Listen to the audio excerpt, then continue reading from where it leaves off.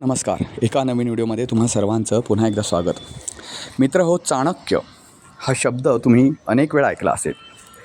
एखाद्याचं बुद्धिचातुर्य असेल, एखादा हुशार असेल तर तो चाणक्य आहे त्यातला असं म्हटलं जातं.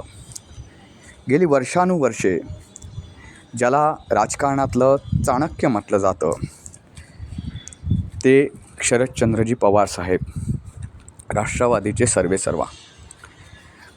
तर हे चाणक्य कितपत आहेत मला माहिती नाही.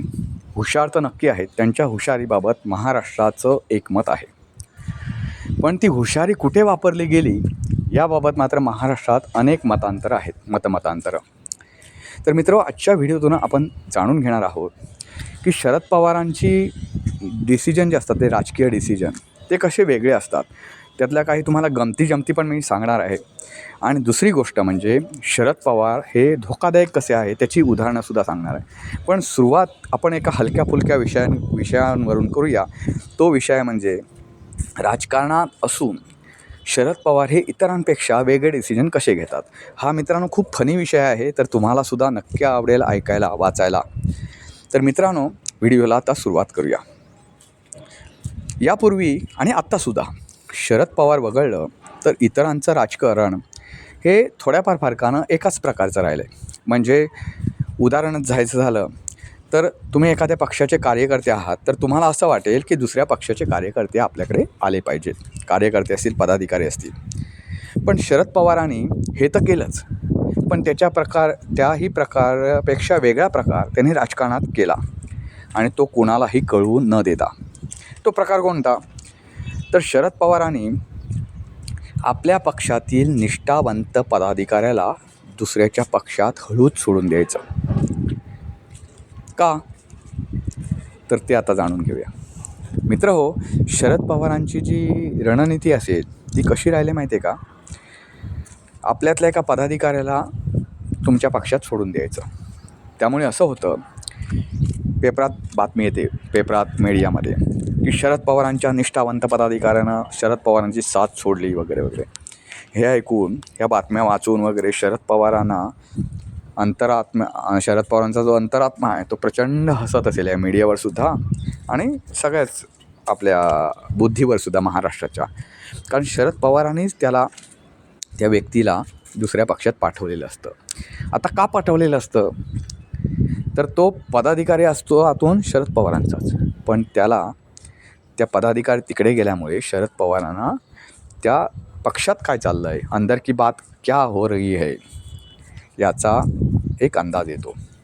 त्याच्यासाठी शरद पवारांनीच आपल्यातली काही पिल्लावळ या दुसऱ्या पक्षात सोडून देण्याचं एक वेगळं राजकारण महाराष्ट्रात सुरू केलं. त्या दुसऱ्या पक्षानं कोणती खेळी केली, राजकीय खेळी, तर ती खेळी करण्याअगोदरच आपण त्या खेळीची उत्तर देण्याची तयारी ठेवावी या हेतूनं शरद पवार असे गेम करतात. दुसरं एक महत्त्वाचं म्हणजे ज्याचं जास्त उपद्रव मूल्य आहे अशा कोणत्याही पक्षातील पदाधिकाऱ्याला उचलायचं आणि दुसऱ्या वेगाने वाढत असलेल्या पक्षात सोडायचं. तुम्हाला माहिती आहे का उदाहरण? म्हणजे तुम्ही ह्या प्यादं बघितलं असाल बुद्धिबळातलं. ते कसं, आपण दुसऱ्याला कोंडीत पकडण्यासाठी आपलं प्यादं जे असेल ते पुढे सरकवायला लागतं, कधी तिरकं कधी हे वगैरे सरळ असं, आणि दुसऱ्याला कोंडीत पकडायला लागतं. ती प्यादी जी असतात ना, ती प्यादी आपण सरकवल्याशिवाय पुढे सरकत नाही. शरद पवारांचं सुद्धा असं आहे. म्हणजे आपण एक बघा, रस्त्यावरून एक माणूस चालला आहे तर आपण त्याच्याशी काय बोलत नाही किंवा काय, आपण एक विचार करतो की त्याचा चालला, आपल्याला काय संबंध त्याला उगाच त्याच्या वाटेत आडवा जाण्याचा. पण शरद पवार तसं नाही. शरद पवारांचं एखादं राजकीय करिअर चाललं आहे आणि तो दुसरीकडे कुठे जात असेल तर त्याला डायव्हर्ट करायला कसं लावावं हे शरद पवारांकडून शिकावं. मी तुम्हाला उदाहरण सांगतो. नारायण राणे यांनी शिवसेना ज्यावेळी सोडली त्यावेळी, त्याच्या अगोदरपासून ज्यावेळी ते नाराज होते त्यावेळी त्यांनी शरद पवारांच्या घरी येणं जाणं वाढवलेलं होतं. मग शरद पवारांना आता माहिती आहे की राणेंचा स्वभाव कसा आहे, भिडस्त आहे, परत ते वाटेल ते बोलतात. त्यांना बोलताना असं भान राहत नाही की आपण ह्या पक्षातच आहोत आणि त्याच पक्षातल्या लोकांविरुद्ध बोलतोय वगैरे वगैरे. तर असा पक्ष जर असा माणूस जर आपल्याकडे ठेवला तर ते खूप अडचणीचं ठरेल राजकीयदृष्ट्या आणि इतर सामाजिकदृष्ट्या सुद्धा. त्यामुळे शरद पवारांनी काय केलं, कसं सांगितलं बघा बरं, मी तुम्हाला ऐकून हे हसायला येईल. शरद पवारांनी त्यांना सांगितलं की तुम्हाला मुख्यमंत्री व्हायचं आहे, पण इतक्या दिवसाच्या आमच्या राष्ट्रवादीच्या कारकिर्दीमध्ये आम्ही स्वबळावर निवडून आलो नाही किंवा आमचा मोठा पक्षसुद्धा झाला नाही की आमचा मुख्यमंत्री व्हायला कुठल्या तरी आघाडीच्या मध्ये. तुम्हाला काँग्रेस हा एकदम चांगला पक्ष आहे, ज्याच्यात तुम्हाला करिअरची संधी आहे. काँग्रेस पक्ष हा मोठा पक्षसुद्धा ठरू शकतो महाराष्ट्रात आणि त्यामुळे तुम्ही मुख्यमंत्री होऊ शकता. मुख्यमंत्री पदावर बसलेल्या नारायण राणेंना ते पटलं आणि त्यांनी काँग्रेसची वाट चोखाळली. उलट शरद पवारांचे ते हे राहील, शरद पवारांनी अशी काय त्यांना पटवून दिलं हे की नारायण राणे खुश होऊन गेले शरद पवारांवर. आता शरद पवारांची त्याच्यामागे काय गेम होती हे त्यांना कळलं नाही, कारण शरद पवारांचा जर पक्षात लोक बघितला तर एकदम प्रचंड हायपाय, प्रचंड शिकले सवरलेले, नंतर काय म्हणतात ते व्हाईट कॉलर धंदे असलेले, नंतर प्रचंड पैसा असलेले अशी लोक शरद पवार घेतात त्यांच्या पक्षात. आणि उपद्रव मूल्य नसलेले. उपद्रव मूल्य वाढलं की काय होतं ते छगन भुजबळांना तुम्ही विचारू शकता. तर हा एक शरद पवार गेम करत असतात. मित्रांनो, आणखी एक म्हणजे शरद पवार राजकारणातील जिवंत माणसांची कशी प्यादी बनवतात आणि आपल्या मर्जीनुसार त्यांना नाचवतात हे तुम्ही पाहिलं. मित्रांनो, आणखी एक स्ट्रॅटेजी आहे शरद पवारांची, ती म्हणजे आपल्याला कोणी रागवलं तर आपण लगेच सूड भावनेनं पेटून उठतो. पण शरद पवारांसारखा माणूस तर आपल्याला चार चौघात कसा अपमान केला जाईल आणि विशेष करून त्यांच्याकडे कॅमेरा असताना हे लक्षात घेतात. तुम्हाला काही दिवसांपूर्वीचं एक प्रकरण आठवत असेल की शरद पवारांवर एक माणूस धावून गेला होता. त्यानंतर शाई फेकण्याचं प्रकरणसुद्धा झालं त्यांच्यावर. ही सगळी प्रकरणं शरद पवारच घडवत असतात. तर का घडवत असतात? तुम्हाला माहिती आहे की शरद पवारांकडे बघितल्यावर, शरद पवारांची शरीरयष्टी, त्यांचं वय बघितल्यावर आणि त्यांची बुद्धिमत्ता तर आहेच त्यांच्याकडे, ती कोणीच नाकारत नाही, पण हे सगळ्या गोष्टी बघितल्यावर त्यांच्याविषयी खूप सहानुभूती वाटते. तुम्ही एक बघितलं असाल की शरद पवार एक भर पावसामध्ये त्यांनी सभा घेतली आणि भर पावसात ते भिजले आणि सभेमध्ये बोलत आहेत. त्यांनी एवढं महाराष्ट्रातलं राजकीय वातावरण बदललं की ते BJPला एक सभा माग पडली. तर शरद पवार ही गोष्ट अशी आहे की ते कधी कसा गेम करतील, त्याच्यामागे त्यांचा काय उद्देश असेल हे शरद पवार सोडून कोणालाच माहिती नसतं. तर तसं त्यांनी शाई फेकण्याचं नाटक करून घेतलं दुसऱ्याकडून. उलट कसं, त्याला तर अटक झाली, पण शरद पवारांची एक ही वाढली की शरद पवार या व्यक्तीबद्दलची लोकांमध्ये सहानुभूती वाढली आणि त्यामुळे त्यांना एक त्याचा राजकीय फायदा झाला. शरद पवार हे अशा गोष्टी खूप वेळा करीत असतात. त्यामुळे महाराष्ट्रात जरी खट जरी झालं तरीसुद्धा शरद पवारांनी केलं असं म्हटलं जातं. यातलंच एक महत्त्वाचं उदाहरण घ्यायचं झालं तर पहाटेचा शपथविधी झाला मित्रांनो. तर त्यावेळी अजित पवार गेले, देवेंद्र फडणवीस यांच्यासोबत त्यांनी शपथ घेतली. महाराष्ट्र जेव्हा झोपला होता त्यावेळी हे शपथ घेत होते. त्यानंतर राष्ट्रवादीनं मिटिंग केल्यावर त्याच्यामध्ये काहीच आमदार होते उपस्थित. मीडियाला वाटलं की चला शरद पवारांचे सगळे साथ सोडून गेले वगैरे वगैरे, पण शरद पवारांनी आपण किती मुत्सद्दी आहोत हे त्यावेळी दाखवून दिलं आणि फडणवीसांचं सरकार अवघ्या काही दिवसातच कोसळलं.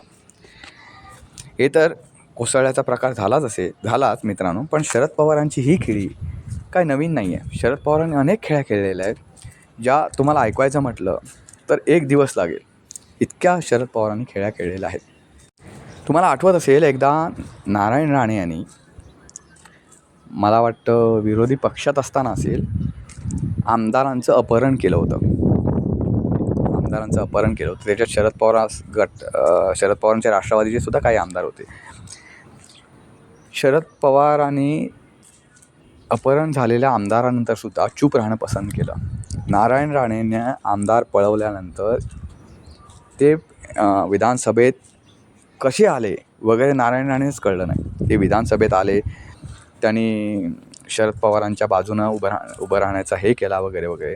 म्हणजे त्यावेळी आमदार पळवले, त्यावेळी इतकं असं वाटलं होतं की बाबा शरद पवारांनी आता संपल्याच जमा आहेत, म्हणजे त्यांच्यावर काहीतरी असा अविश्वास प्रस्ताव वगैरे होता आणायचा आघाडीच्या सरकारवर, पण ते त्यांना जमलं नाही. ते आमदार कुठून आले आणि कसे हजर झाले विधानसभेत हे नारायण राणेंना सुद्धा कळलं नाही आणि त्यामुळे त्यांना कळलं की आपली खेळी फसली. राजकारणामध्ये शरद पवार यांचं नाव जे म्हणतात ते अत्युच्च आहे आणि त्यांनी खेळी खेळली की भल्या भल्यांचे ते झोप उडवतात. मित्र, असा माणूस असतानासुद्धा तो पंतप्रधान पदापर्यंत का पोचू शकला नाही? तर शरद पवारांची इमेज ही कायम धोकेबाज अशी राहिलेली आहे. आणि पूर्वीच्या काळात ज्यावेळी निष्ठावंत कार्यकर्ते होते, आता कोणी कोणाला धोका देतं सोडून द्या, तिथपासून त्यांची इमेज ही अशी आहे. तुम्हाला अनेक उदाहरणं मी सांगेन की शरद पवारांनी किती जणांना धोका दिला आहे. शरद पवार त्यांचे राजकीय गुरु वसंतदादा पाटीलना मानतात, पण त्यांचं घराणासुद्धा शरद पवारांनी फोडलेलं आहे. 1978मध्ये पुलोदचा प्रयोग केला त्यांनी. त्यावेळी वसंतराव पाटील हे मुख्यमंत्री होते. त्यांना अंधारात ठेवून त्यांचं सरकार पाडलं. त्यांच्या राजकीय वाटचालीचा तो एक भाग असू शकतो, पण आपल्या गुरुचं सरकार त्याने पाडलं. 1999मध्ये त्यांनी राष्ट्रवादी काँग्रेसची स्थापना केल्यानंतर वसंतरावदादा पाटील यांच्या घरामध्ये फूट पाडली. दादांचे जे पुतणे होते विष्णू अण्णा यांचे चिरंजीव मदन पाटील, त्यांना आपल्या गोठ्यात ओढलं. लोकसभा निवडणुकीत काँग्रेसतर्फे प्रकाश बापू पाटील आणि राष्ट्रवादीकडून मदन पाटील उभे राहिले. यात प्रकाश बापू विजयी झाले, पण वसंतरावदादांच्या घराण्यात मात्र भाऊबंदकी आली. दुसरं एक सांगायचं झालं मित्रांनो, तर दादांचा घराणा फोडल्यानंतरसुद्धा मोहिते पाटील घराण्यावर शरद पवारांनी त्यांचा रोख ठेवला. आता सोलापूर जिल्हा म्हटला की मोहिते पाटील यांच्याशिवाय तिथली राजकीय इतिहास लिहिला जाऊ शकत नाही, इतकं हे मोठं बडा घराणं आहे. सोलापूरसह इतर काही जिल्ह्यातसुद्धा या घराण्याचा दबदबा आहे. विजयसिंह मोहिते पाटील हे शरद पवारांकडे आकृष्ट झाले. यात विजयसिंह मोहिते पाटील आणि प्रतापसिंह मोहिते पाटील यांच्यात पवारांनी बेबनाव घडवला असं सांगितलं जातं. पंढरपूर मतदारसंघातून 2009च्या विधानसभा निवडणुकीत भारत भालके यांच्याकडून पराभूत झाले विजयसिंह मोहिते पाटील. तर त्याच्यामागे बोलवतं धनी कोण होतं हे सुद्धा तुम्हाला माहिती आहे. आणि त्यांनी घराण्यांची फूट पाडली. त्याच्यामध्ये एक मोठं घराणं आहे महाराष्ट्राचं, जे खूप मोठं घराणं आहे, ते म्हणजे मुंडे घराणं. मित्रहो, गोपीनाथ मुंडे हे भाजपचे एक ज्येष्ठ नेते होते, ज्यांनी लोकसभेच्या विरोधी पक्ष नेत्यापर्यंत मजल मारली होती. म्हणजे त्या काळात जर भाजपचं सरकार येतं कदाचित, तर गोपीनाथ मुंडेसुद्धा पंतप्रधान पदाचे उमेदवार होऊ शकले असते. एवढं टॅलेंटेड माणूस. त्याने स्वकर्तृत्वावर आणि प्रमोद महाजन यांच्या साथीनं भाजपची अनेक वेळा सत्ता आणलेली आहे. भाजपला चांगले दिवस या दोन नेत्यांमुळे त्यावेळी दिसत होते. त्यांनी सातत्याने शरद पवार यांच्या धोरणांवर कायम टीका केलेली आहे. गोपीनाथ मुंडे यांनी, पवार यांच्या मनात ही सल कायम होती. पंकजा मुंडे आणि धनंजय मुंडे, ज्यावेळी धनंजय मुंडे म्हणजे पंकजा मुंडे तर धनंजय मुंडेंना खूप सिनियर आहेत, पण ज्यावेळी धनंजय मुंडे राजकारणात यायचं ठरलं किंवा त्यांना आणण्याचं ठरलं, तेव्हा शरद पवारांनी त्यांना आपल्या पक्षात जाणीवपूर्वक ओढून घेतलं आणि धनंजय मुंडे आणि पंकजा मुंडे यांच्या ह्या बहीण भावाच्या नात्यामध्ये दरी पडली. गोपीनाथ मुंडे यांनी जाहीर सभेतसुद्धा असा आरोप केला होता की शरद पवारांनीच आपलं घर फोडलं आणि त्यावेळी शापसुद्धा दिला होता की पवारांचे घरसुद्धा, आमचे जसं घर फोडलं शरद पवारांनी, तसं पवारांचं घरसुद्धा फुटल्याशिवाय राहणार नाही. जे आज तुम्ही पाहताय शरद पवारांचं घर फुटलेलं. मराठवाड्यातील जर लोक कोणी असतील आपले प्रेक्षक वर्ग, तर त्यांना माहिती असेल क्षीरसागर तेथील घराणं जे आहे ते खूप मोठं घराणं आहे. तर तेथील केशर काकू क्षीरसागर यांचे चिरंजीव जयदत्त क्षीरसागर आणि त्यांचे पुतणे संदीप क्षीरसागर यांच्यातसुद्धा पवारांनी फूट पाडली. अहमदनगर जिल्ह्यामध्ये राजळे घराणं महत्त्वाचं आहे. तेथील आप्पासाहेब राजळे यांच्या स्नुषा मोनिका राजळे आणि त्यांचे दीर शिवशंकर राजळे यांच्यामध्ये सुद्धा फूट पाडण्याचं काम शरद पवारांनी केलं.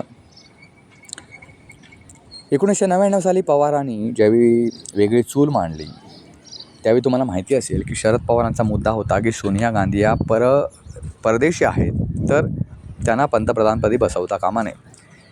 ॲक्च्युली त्यावेळीसुद्धा सोनिया गांधी ह्या पंतप्रधानपदी असणार नाही असं काँग्रेसनं स्पष्ट केलं होतं. पण हा मुद्दा तरीही शरद पवारांनी उचलला आणि काँग्रेसकडून वेगळी चूल मांडली.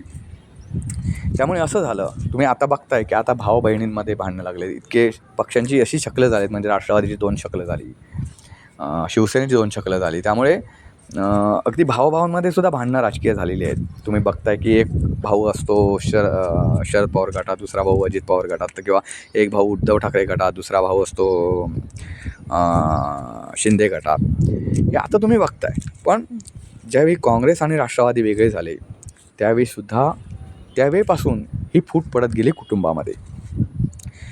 पहिलं पाप हे फूट पाडण्याचं कुटुंबामध्ये हे शरद पवारांकडे आहे असं मानलं जातं. काँग्रेसची वाताहत त्यांनी केली आणि काँग्रेसची अनेक कार्यकर्ते, अनेक पदाधिकारी आपल्याकडे ओढण्यात ते यशस्वी झाले. मित्र हो, आणि महत्त्वाचं म्हणजे काही दिवसातच त्याच सोनिया गांधींच्या पक्षाशी यांनी आघाडी करायला मागे पुढे पाहिलं नाही. राजकारणात काहीही होऊ शकतं हे शरद पवारांनी पहिल्यांदा सिद्ध केलं. आता राजकारण गलिच्छ पातळीवर आलं आहे.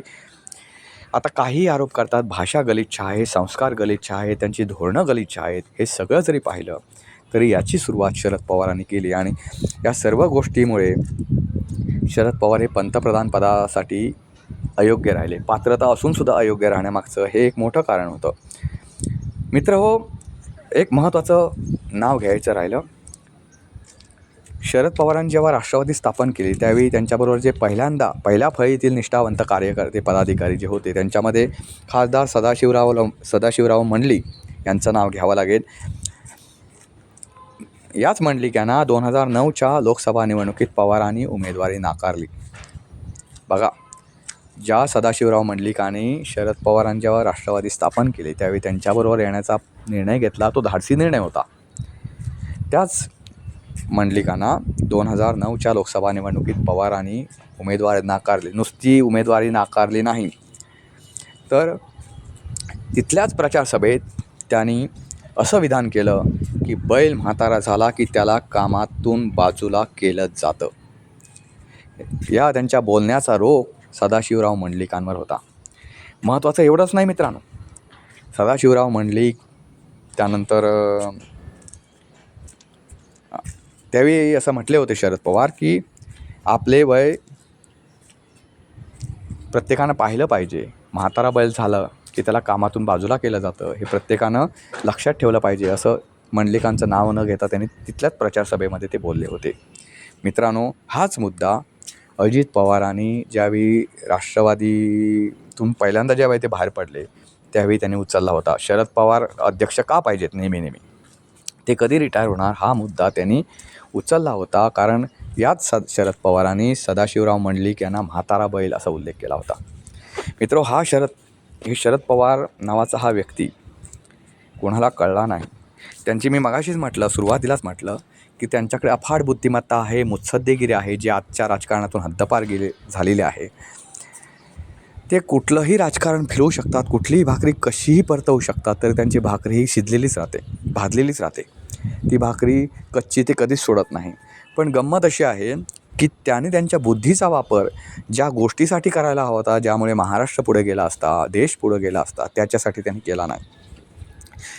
त्यांनी त्यांच्या बुद्धीचा वापर दुसऱ्याला धोका देण्यात, दुसऱ्याचे सरकार पाडण्यामध्ये आणि इतर गोष्टीसाठी स्वतःचं घर भरण्यामध्ये, घराघरामध्ये फूट पाडून स्वतःचं घर भरण्यामागे त्यांनी स्वतःची बुद्धी चालवली. ही त्यांचे एक निर्णय होता की त्यांच्या चुकीच्या ठिकाणी त्यांची बुद्धी वापरणं, चुकीच्या गोष्टीसाठी वापरणं, हा त्यांचा जो निर्णय आहे, हा जो त्यांचा आतताईपणा आहे, तो त्यांना आत्तापर्यंत नडतोय. त्यामुळे अगदी संरक्षण मंत्र्यापर्यंत, देशाच्या संरक्षण मंत्र्यापर्यंत गेलेला हा व्यक्ती महाराष्ट्रातल्या चिल्लेपिल्ले राजकारणासोबत आता मांडीला मांडी टेकून आपल्याला काय मिळतं आहे का अशा अवस्थेत आलेला आहे. मित्र, व्हिडिओ कसा वाटला नक्की कळवा. व्हिडिओ लाईक करा, शेअर करा, चॅनलला सबस्क्राईब करायला विसरू नका. पुन्हा भेटू पुन्हा एका नवीन व्हिडिओसह. तोपर्यंत नमस्कार. आणि हो, शरद पवार यांच्याबद्दल तुमचं मत काय आहे हे सुद्धा नक्की कळवा. नमस्कार.